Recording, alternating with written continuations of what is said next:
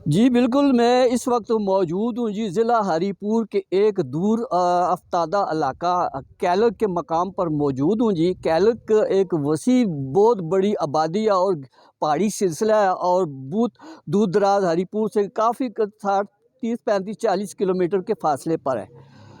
جی یہاں پہ آج مونسون کی بارشوں کا سلسلہ شروع ہو گیا اور میں گورنمنٹ ہائی سکول کیلک کے اس پرانی بلڈنگ میں کھڑا ہوں جی۔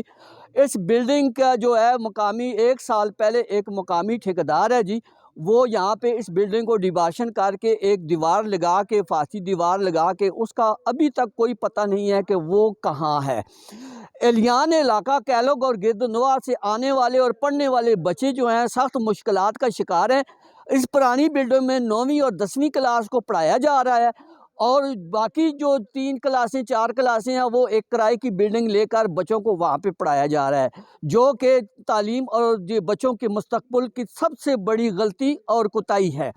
اس وقت میں یہاں پہ موجود ہوں اس سکول میں اور آپ دیکھ سکتے ہیں کہ اس بلڈنگ کا کیا حال ہے اور ٹھیکیدار کی غفلت دیکھیں کہ وہ ان جو تقریباً اس سکول میں 170-180 کے قریب بچے زیر تعلیم ہیں، جن کے مستقبل کا اگر واحد دشمن ہے تو وہ مقامی ٹھیکیدار ہے۔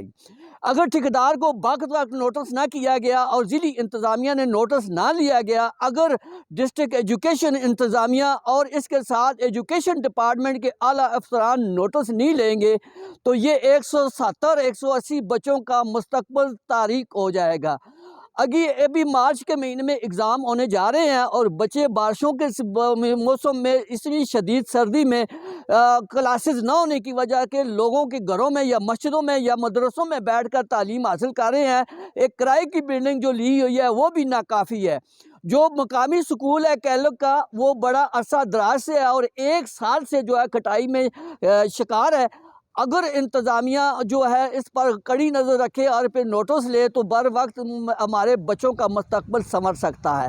اہلیان علاقہ کیلک عوامی سماجی سیاسی حلقوں نے میڈیا سے اپنی اپیل کرتے ہوئے کہا کہ خدا را ہمارے بچوں کے مستقبل کے ساتھ نہ کھیلا جائے اور اس جدید مشکل حالات میں اس بلڈنگ کو فور تعمیر کیا جائے اور کلاسز جو ہے اپنے منزل مقصود تک پہنچنی جائے۔